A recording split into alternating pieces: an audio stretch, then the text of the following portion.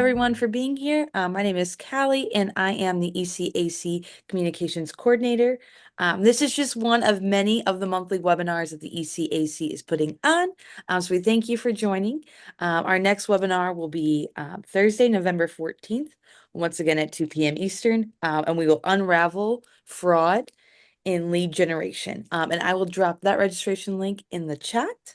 But then kind of a couple housekeeping items for today. This webinar is being recorded. We will share that recording with you in the next couple of days, so be on the lookout for that to your email and on our social media. If you do not follow us on LinkedIn, I would highly encourage you to do that. We are kind of posting updates, what's going on with the ECAC, some tidbits and what's going on in the industry, amongst other things. And with that, I would like to introduce our ECAC board member, political guru, Bob Kobeck. Political guru, my goodness. You know what? I call myself the political guru too. So that's a self-appointed title. You don't have to agree with it. And what we hope to accomplish today, what we will accomplish today, is we're going to kind of do a little projection about what we think based on the math, what we think is going to happen. We're going to focus on the seven key states, swing states, because it seems like that's pretty much where they're going to go. A state like Indiana, where I live, for example, at 5 minutes after 6, somebody will flip a switch and it will turn red. So there's not a lot of reason to focus on us.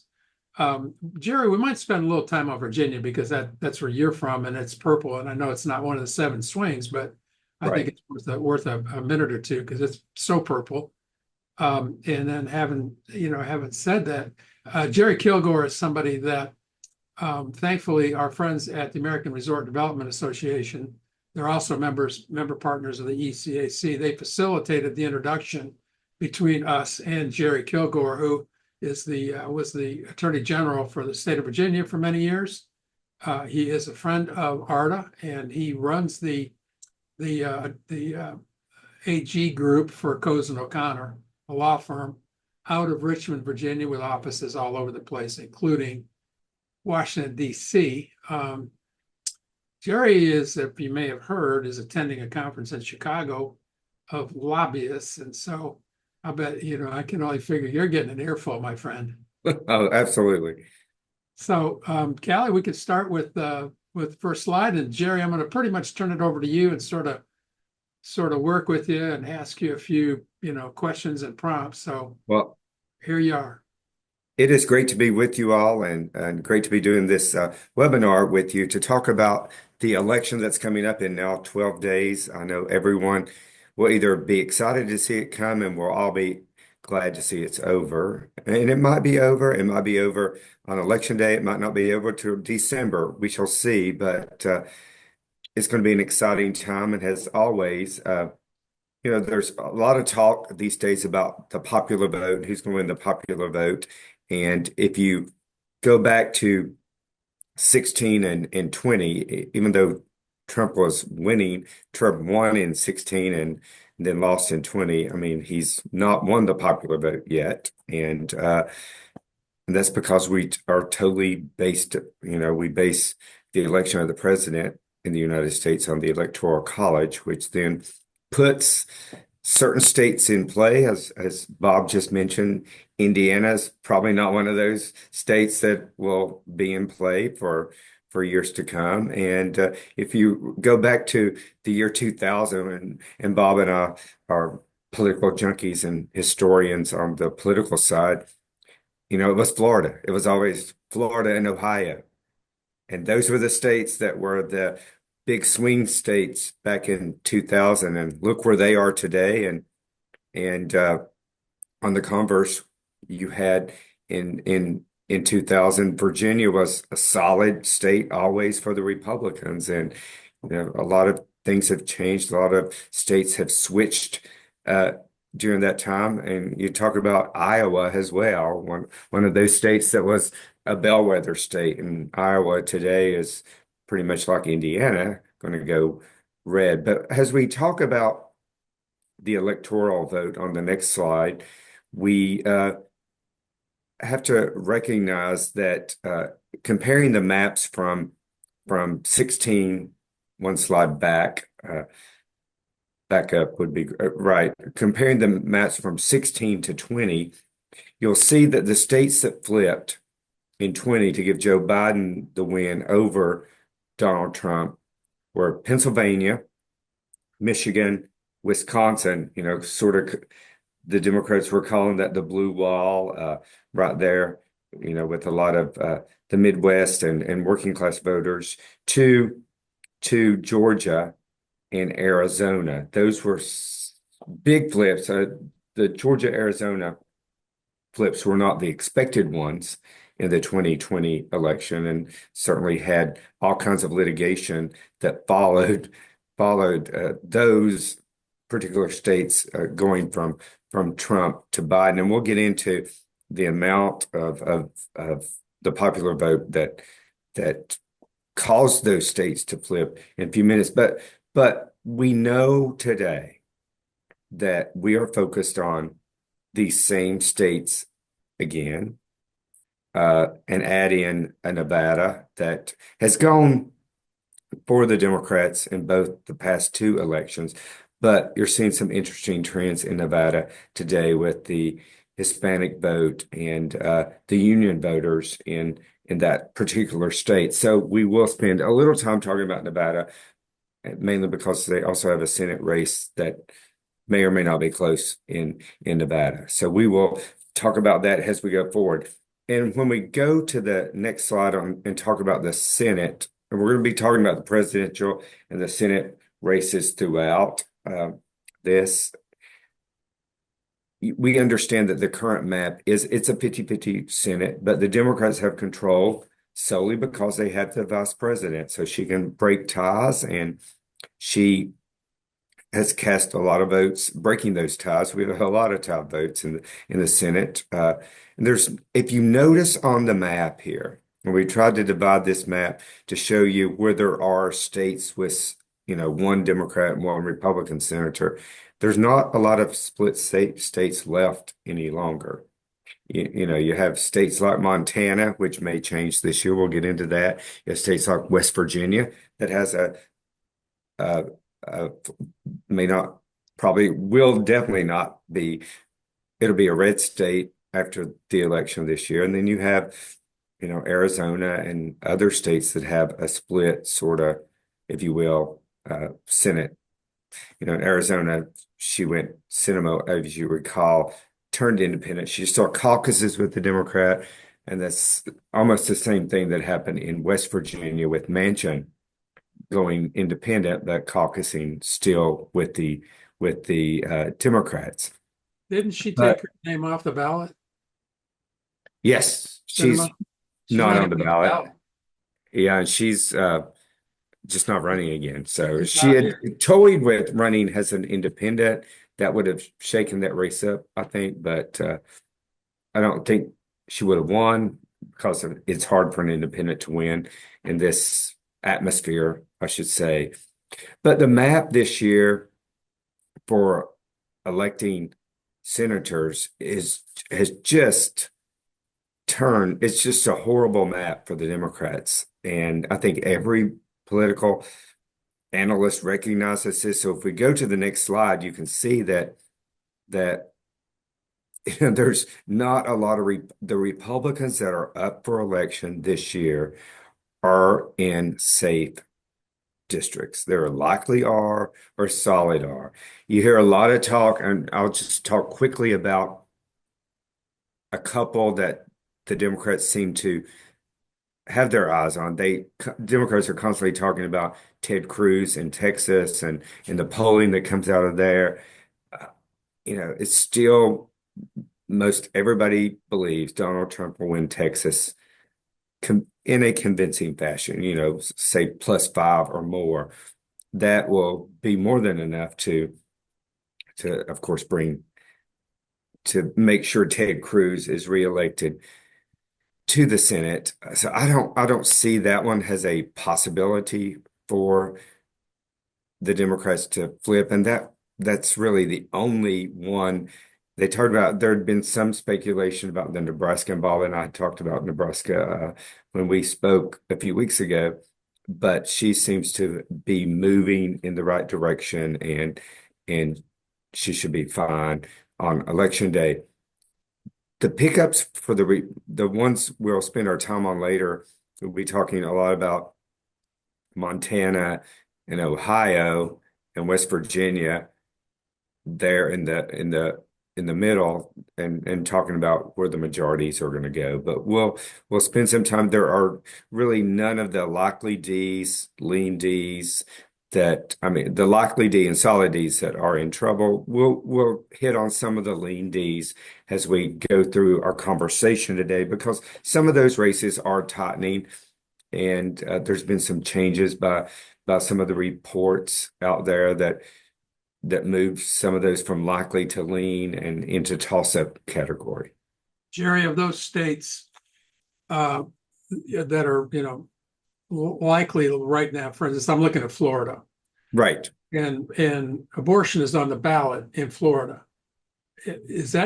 Will that have an impact I mean, I know the head-to-head, Scott is likely ahead. Right. But then the abortion thing, is that a big enough variable in a state like Florida that might change Probably that? it would be a variable in some of the toss-up states that we're talking about for presidential. Probably not a Florida though, because a Florida, I mean, Florida may blow it wide open for Trump in this election just because it's changed so dramatically in Florida since 2000. I mean, the Republican voting areas of Florida just continue to grow. I saw a report today of Miami-Dade, and the early vote in Miami-Dade is favoring Republicans. That would be a historic Well, flip for the Republican Party in Florida if they were ever be able to flip Miami-Dade. I'm not sure that's a possibility, but if they're that close in Miami-Dade, that means the state is, out of bounds for the Democrats. They won't be able to win in Florida for some time if they lose in a bad fashion this time. okay. All right, if we go on to the next slide, we're going to get right back into the presidential election and our forecasting, and then we'll go through the swing states one by one. So if you look at the map, just by the states that are likely going Democrat or Republican, it would be 226 to 219 for the Democrats. And the magic number, folks, is 270. There are all kinds of maps and permutations that show that you could get to as 269 race. And if that were to ever happen, then under our Constitution, the party that controls the House gets to decide who is president of the United States. That would, I submit that would throw our country into a it would just turn us upside down as a country if the election of the president went to the House. So maybe it won't, but there's certainly a path to having a 269 tie in the Electoral College. But if you look at these numbers, so for Harris to win, and I submit this entire race is about one word, and that one word is Trump. I mean that I saw a poll yesterday said most of the voters going to Harris now are going to Harris because they are against Trump. And on the flip side, the Trump voters are devoted. They are going to the ballot because they're voting for Donald Trump. So this election is about Donald Trump, just Which like makes the it, last election was about Donald Trump. which then I makes it submit all, six. I'm sorry. I was going to say, which then makes it all about turnout. Yeah, it's all about turnout. And so if you look at for Harris to win, if she wins Pennsylvania at 19, Michigan 13, Wisconsin 10, Nevada 6. That gets her to 274. And then you got your Nebraska congressional district number 2, which right now is trending towards her. And Nebraska is that one state, like and Maine is the other, that splits their electoral votes. It goes by congressional district. So if your congressional district does support the other side, then it goes to that particular person. So there's a possibility she gets one vote out of Nebraska in the Electoral College of one of their 4 votes. And then conversely, on the Trump map, you know, and we'll talk about this in more detail shortly, but Georgia and North Carolina tend to be trending towards him. He's never lost North Carolina in either of his races. Arizona is now trending towards him.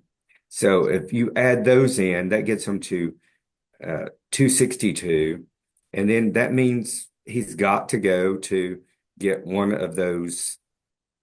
Nevada does not do it at that point. Nevada is only 6. It does not do it. Even if he's, competitive now in Nevada, which we'll talk about in a few minutes.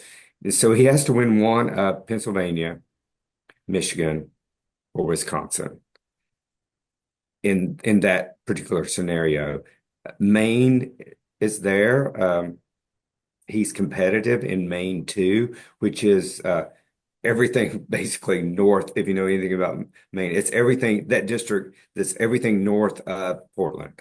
So all that rural area in Maine, he was somewhat competitive there in 16, not as competitive in 20. So he's being more competitive there this time. So we shall see how that works out. But have your calculators out for those of us who are old school, or have your iPhone out to keep doing the math on election night, because that's what we're going to have to do as they keep calling these states. So let's go to the next slide and just dive into some of these swing states. And, we talked about them: Arizona, Georgia, Michigan, Nevada, North Carolina, Pennsylvania, and Wisconsin. And, I've talked with a lot of people that live in all these states, and they are getting lambasted with ads, political ads, constantly from the Harris and the Trump campaigns. The Harris campaign has built, lots of money to spend. They are outspending the Trump campaign on ads, and Trump is doing the rallies again, as we see, the long rallies again, 2 hours, 3 hours at a time, that he is willing to speak to crowds. But let's go to the next slide and start talking about some of these states. So if you look at Arizona, in 16, I think most people would, look at Arizona and consider it a more red state. I don't think people in 16 considered Arizona that much of a purple state, but a lot changed between 16 and 20. When Donald Trump won in 16, I mean, it was not really a close race in Arizona for him, even though, at the time, the McCain family and all them were not supporting Donald Trump, but he still handily won Arizona. And then you go to 20, and it was the race that would never be called. I mean, they waited a couple of weeks before they finally said that Joe Biden had won. And then when they did, I mean, he won by less than 11,000 votes there, as you can see. So, the polling with the Hispanic numbers trending more, surprisingly, in Donald Trump's favor these days. Most out there that I talk with are putting Arizona more in a lean Trump category than they are a lean Kamala Harris category. And Arizona is becoming one of those states that will be a purple state for years to come, and certainly one of those states that will have a high Hispanic population. Wherever the Hispanic population ends up politically, I think there's a something going on in the Hispanic community where they're really trying to decide which side they are going to be on, and they may become just one of those split communities that vote, 50% for one and 50% for the other. I have a theory. Yes, My theory is if you look at like Maricopa County, which is the big concentration of votes, yes, what the Republicans have found to be really successful in Arizona is the same thing that the Democrats have found to be successful, and that is their work in the churches. yes. The Republicans are very strong in working the pulpit in particularly in the Hispanic community and particularly on the abortion issue. Yep. Yeah, and one of the comments that for Latinos, not one size does fit all, and I think that's what the entire Latino population has demonstrated that they don't they don't vote as a block. African Americans tend to vote, have tended in the past to vote as a block. In the 90s in most races, 90% or plus, but at least on the other side, it is not. In other groups, it is not. And we'll talk about other, the Muslim groups as we get into Michigan shortly. But there's a Senate race in Arizona on the next slide, and we want to talk about that. I do not. I, if the election were held today, I think the Democrat would easily win. Carrie Lake is a well-known perennial candidate in Arizona, having run for governor last time and losing to the incumbent governor. She, all folks thought she was going to be the winner uh, for governor 2 years ago, but since then, her political stock has fallen.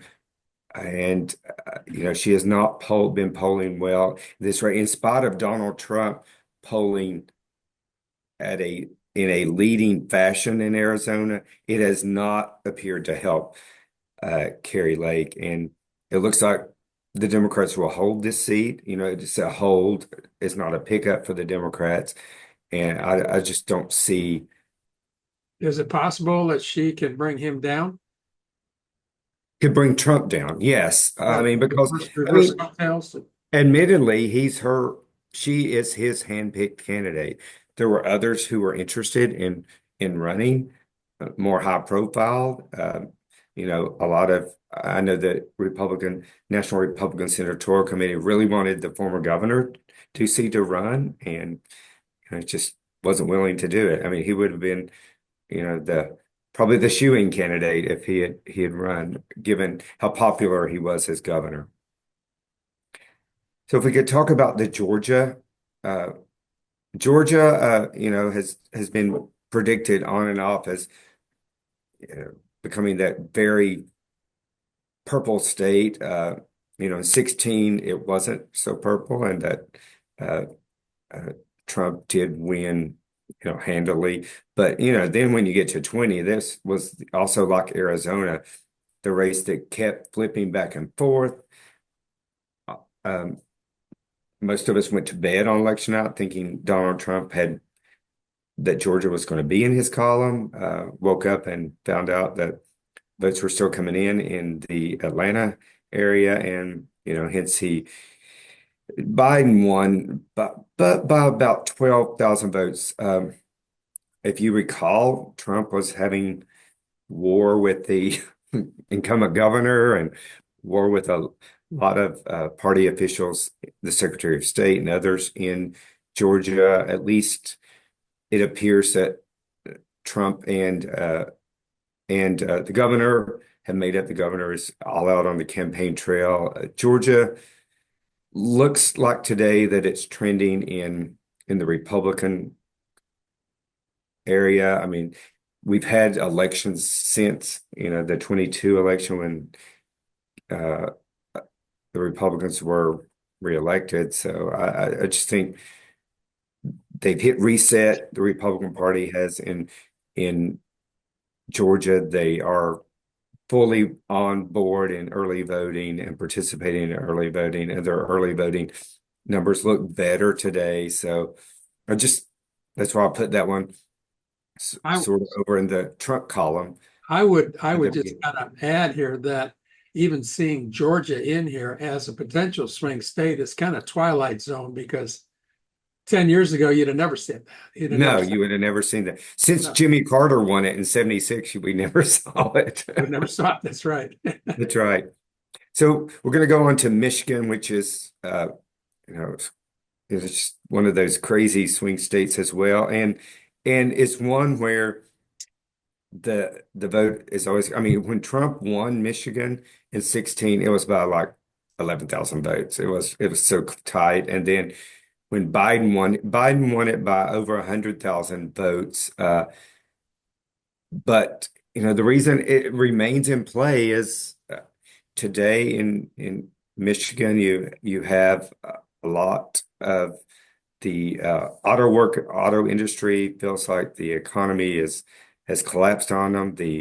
Their business is collapsing, and that's a huge part of the Michigan economy. The unions, the Teamsters did not endorse in this election, although they tend to be favoring Trump in their rank and file, and I think that's going to play a big role in Michigan. I'm still not willing to call. Bob may be willing to call this race one way or the other. I'm not willing to call this race one way or the other. You see the Muslim community uh, Which is openly endorsing Trump in some aspects and or refusing or sitting on the sidelines with the Biden-Harris administration, mainly because of the uh, Palestine-Israel situation. It's just a total toss-up in Michigan. I have no idea who's going to end up winning there. It's you get polls every day showing one or the other in the lead, but it's never a poll by more than 1%. So it will be very tight on election night. well, Michigan, the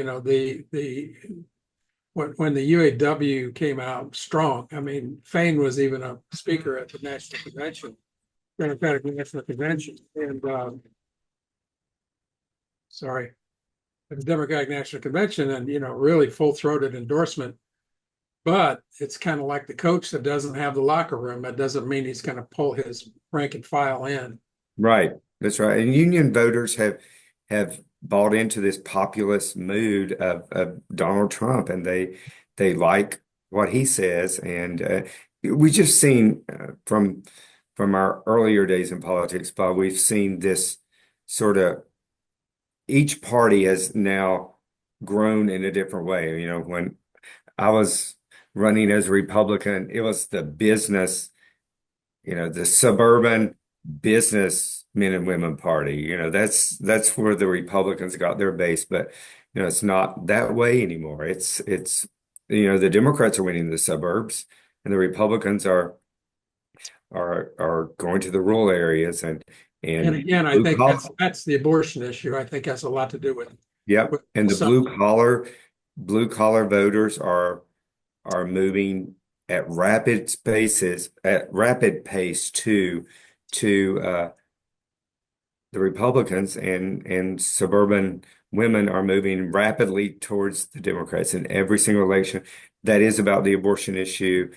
And I think a lot, for the blue collar workers, I think a lot of it is about uh, uh, foreign policy, as foreign economic policy, as far as putting tariffs on foreign governments and keeping manufacturing here and not overseas.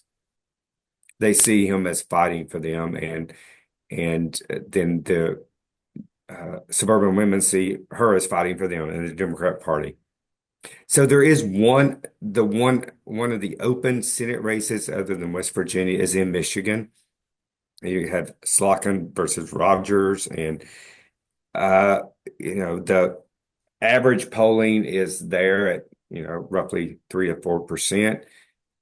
But you've seen in the past few weeks that Rogers seems to be cutting the gap. I don't know that he ends up winning this race because I don't, Trump or Harris will not have coattails in Michigan. I just don't see that happening. I mean, you can't win the state by 1 to 2 points and have much of a coattail. So it's going to depend on their ground game. And I think this one's still in play for the Republicans, but they, could slip away from them at the end.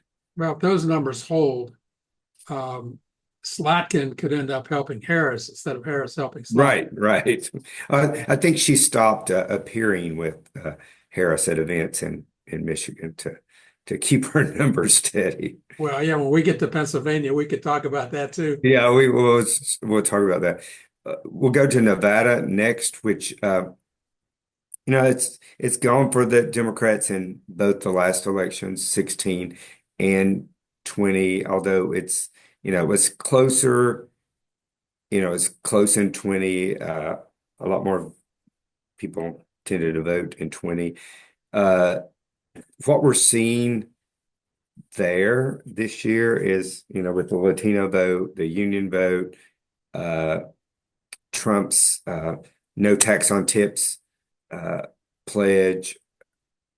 You're seeing a tightening of that race in Nevada. You're seeing the early vote. Uh, John Ralston is the political sort of commentator for Nevada. He's been tweeting about his concerns that the early vote is overwhelmingly favoring Republicans, which is a surprise to most, and it will have to be overcome by Vegas because you have the Vegas area in the south and couple that with the Reno area in the north, they can that's what the Democrats have to win decisively to overcome how they're going to lose decisively in those other areas in the state. And it's going to be a ground game with the union not working so much for Harris this year. That's caused some issues. And this is one that while I think it's in play for Trump, I was just thinking at the end of the day, Nevada always goes. It's like North Carolina I talked about earlier. They just go back to their base and Harris could eke this one out. On the Senate race there in Nevada, you have the incumbent Senator Rosen versus Sam Brown, who's the Republican nominee. This one was projected early on to be a toss-up race, but it's never gotten to that stage. She is consistently polled, 5 to 8 points ahead of Brown, and I think that holds probably till I think you will have some voters that split their tickets in Nevada and vote for Trump and Rosen, if you will. But I think if the election were today, it would be a hold for the Democrats in the Nevada Senate race. And then in North Carolina, I know a lot of us were, looking at wondering what effect the recent hurricane and all the damage did to the bright red area. If you look, the bright red area up to the north and west, so that little corner up there is the big, bright Republican area of North Carolina. Donald Trump won it pretty easily in 16, and it was a little closer in 20, and that Democrats really thought they had North Carolina. North Carolina, it's hard to poll North Carolina, and we've seen this in the past two cycles in 16 and 20, and that if there's one place where there's a reluctant Trump voter where they just will not tell someone they're going to vote for Trump, I think it's been proven to be North Carolina. They get in the voting booth or they get their mail ballot and they do just quietly vote for Trump. And I think that's where it's trending again this year. I think Democrats I talk to tend to think that one is slipping away from them, just like Georgia is slipping away, and they've got to focus on other states. There's not a Senate race in North Carolina this year. They have two Republican senators in North Carolina at this point. There's a gubernatorial race and attorney general race and your state constitutional offices. But, I will say that the gubernatorial race could have some effect on the presidential race, and that the lieutenant governor is running against the attorney general, but then the lieutenant governor has been hit with all these scandals and things of that nature that has caused the Democrat attorney general to break into a 10-point lead in the governor's race. And, that could have an effect on the presidential, although I think most people in the presidential are going to vote on the presidential. And what you generally see is as you get to the down ballots, you have a lot of people just walking out or just not marking their ballots on some of those down. And, in some states, it can be like 100,000 people do that, where they just don't vote down ballot because I guess they just don't feel like they know about the races or understand what's going on. The one Senate race I wanted to talk about that's not in a swing state is the Ohio Senate race. And Sherrod Brown has been a Democrat senator there for a couple of terms, and he and and his lead has continued to evaporate over time. It's continuing to evaporate because I think this is the one place where Trump probably will have coattails. If Trump wins, the polling out of Ohio now has Trump at 8 to 10 points. If Trump does win Ohio by 8 to 10 points, then he could very well have coattail effect in bringing Marino in that situation. The last few polls I've seen, Marino has started taking the lead by 2 to 3 points, and I think that's just Ohio being the new Ohio, and that they're becoming a red state, and they've been red at the state house level and at the gubernatorial level, and I think now this is just sort of the final move toward, if Marino does pull this off, it'll be the final move towards Ohio will be a red state for a few years to come here.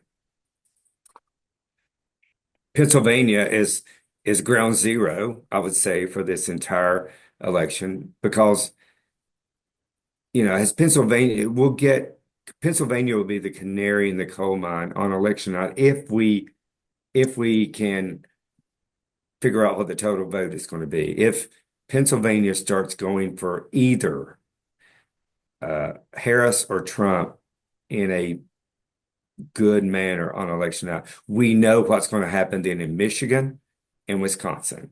We know what will happen. Those states will vote similar, or they'll be just as close. And so if Pennsylvania breaks for one or the other, we will know pretty much. So I think it was James Carville once described Pennsylvania has Philly on one side and Pittsburgh on the other, and Alabama right down the middle.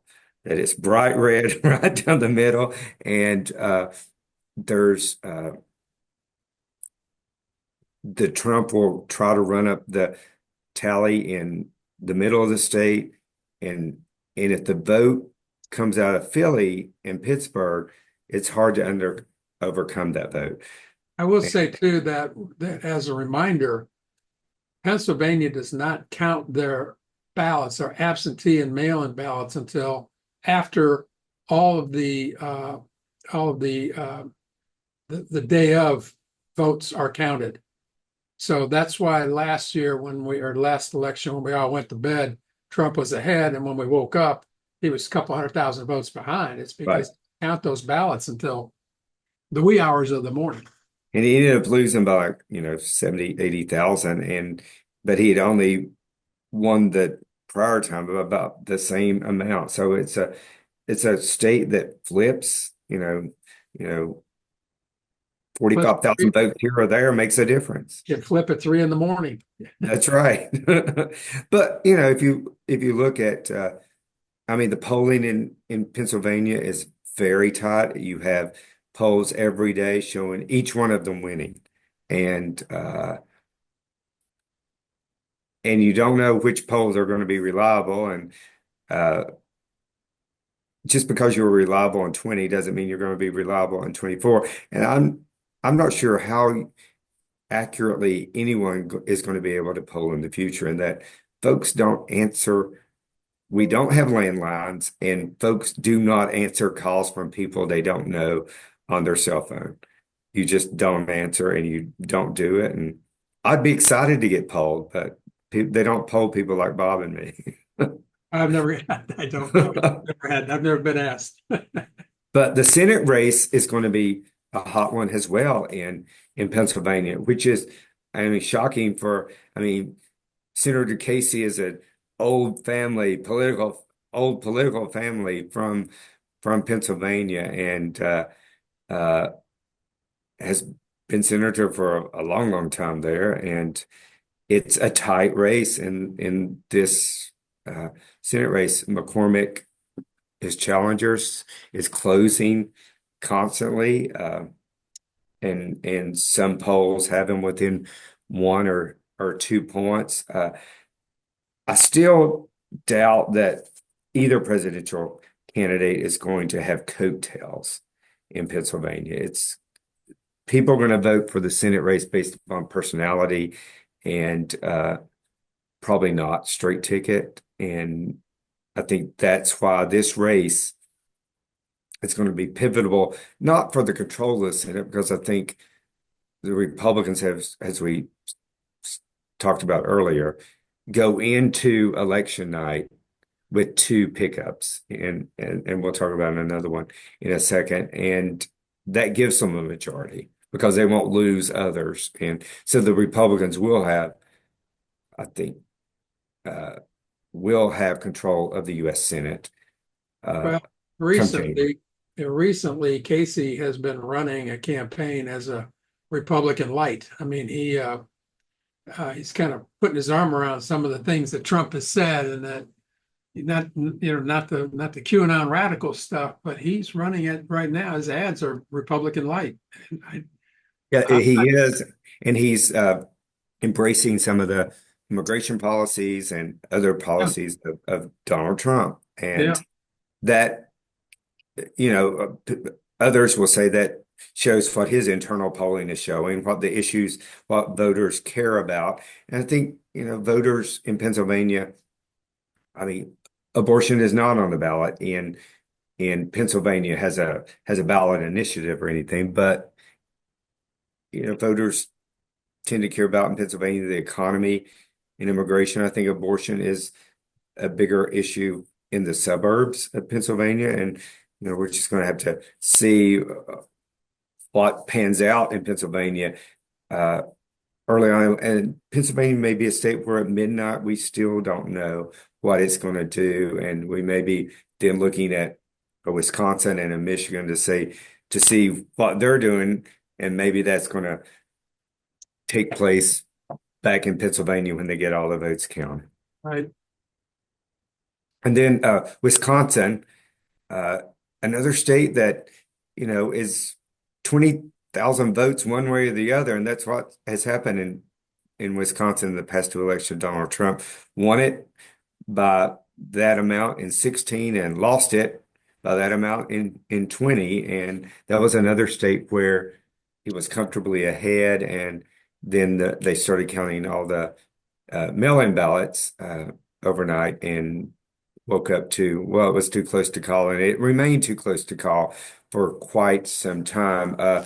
The early voting there seems to be a little off for the Democrats, but they still have time to correct that. So if it was today just on that early vote, then Trump would be in a better position to win Wisconsin, but they have still, 12 days to do a course correction from areas like Milwaukee and Madison, and try to get those voters in and counted. The union towns. Yeah, Again, right. those are strong labor centers. Yeah, and you just got to wonder how strong labor is going to be for Harris. I mean, are they going to be like, are they going to be the blue collar label and switching to Trump or not? And that's hasn't taken hold so much in Wisconsin, but it could. And then Yeah. you have a big Senate race in Wisconsin with Tammy Baldwin, uh, the incumbent, who's holding on to a narrow lead. But Bob, again, she's running ads praising Trump and how she worked with Trump and what they could work on together and how she's the the nonpartisan in the room. So that Republican, I call it Republican light. I mean, it's yeah, she's trying to be Republican light here. But this one, again, I don't think there'll be big coattails in any of these states. So this one is about the personalities and the policies and who's coming out to the polls. And as I mentioned, the Democrats have work to do if they're going to catch up in the early vote in Wisconsin. So, at the end of the day, I mean, this race is going to, for the presidency, is going to be, I think it's going to be a nail biter at this point. And the early vote trends tend to favor Trump, but I just don't know how much the Republicans are eating into what they used to count on their election day votes. So, Republicans have finally gotten around to liking early voting, I guess, this year, and when they opposed it every other year, and they're showing up to the polls in larger numbers, the early voting polls in larger numbers than they have in years past. And the question becomes, will the Democrats show up on election day in larger numbers than they have in the past, given that they have been used to doing the early voting more? we all talk about the national polls, which don't mean anything, as we know. But right now you can rely a little bit on that enthusiasm gap, which Right. has closed significantly from when Biden was running versus today with Harris running. When you think about where she's come in 3 months versus Trump in however many thousand years he's been running, to me the dynamics right now is in the enthusiasm. Yeah, it's enthusiasm. It's going to be about who wants to go to the polls on election day and why do they want to go to the polls on election day. And I would rather be running with an electorate that was mad and wanted me, and I was their agent to correct what they were mad about than running as an incumbent in a time like this. Yeah, I agree with that. And then the other part, I'm not sure where we are in our slides. Do we have another one? Do we have No, we're another? at the end. So then I would also ask you about the ground game, since we both agree that it is the get out the vote. It's GOTV, GOTV, GOTV. And as I understand it, she has 280 offices around the country, and he has 110. And though his 110 are outsourced to a couple of PACs. So that ground game is going to make one heck of a big difference on election day, the day before and election day itself. And I would say Democrats have traditionally done a better job of getting their voters to the polls by offering rides and doing and knocking doors. Republicans tend to rely on the advertising. They're reaching different voters. They rely on advertising. They rely on constant texting and calling to get their voters to the poll. They don't have the built-in apparatus with boots on the ground to go carry this person to the poll and make sure they vote. Well, she was very fortunate to pick up when Biden dropped. She picked up all his infrastructure, which was significant because he had 4 years, 3.5 years to Right, do that up, and they were not sitting quietly waiting for an old man to run for public office. They right. were working their tails off where you couldn't see them. So, we haven't spoken a lot about the House and where we think the House will go, but the House is tight as well. And most folks believe the House will flip to the Democrats by a few votes. I mean, the House is very much in a situation where a few votes determines this majority, and you've got some competitive seats in New York and California. We may not know who controls the House because of the way California counts votes until 2 to 3 weeks after the election. Yeah, I think that's fair. I think So that's we fair. could, again, even if, so if we're going to have split government either way. So if Harris wins the presidency and the Democrats take the House, the Republicans are not going to lose the Senate. So you're going to have a split government there. If Trump wins, he'll have the Senate and could not have and may not have the House. Now, what then are the this is kind of getting into what the webinar we're probably going to have in February about what happens. But you look at in the Senate, for instance, right now you got two guys that are measuring the drapes in the majority leader's office. I mean, you got Rick Scott and you've got Thune, Soon. right?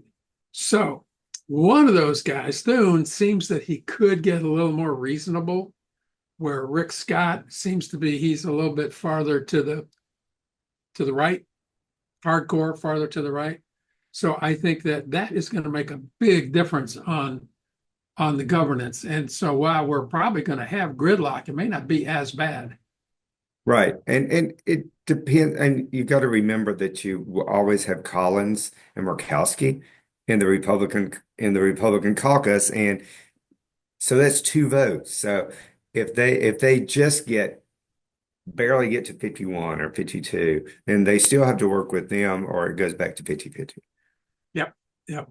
In which case, if it's Harris, then Tim Walz gets the vote.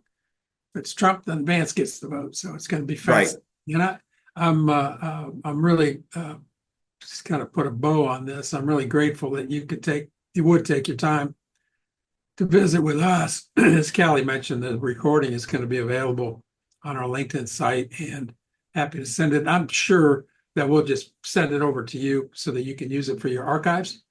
And can't thank you enough, Jerry, for this. And I'll see you in a couple of weeks at the Fairmont at the That's ARDA right. Leadership It'll be great. Conference.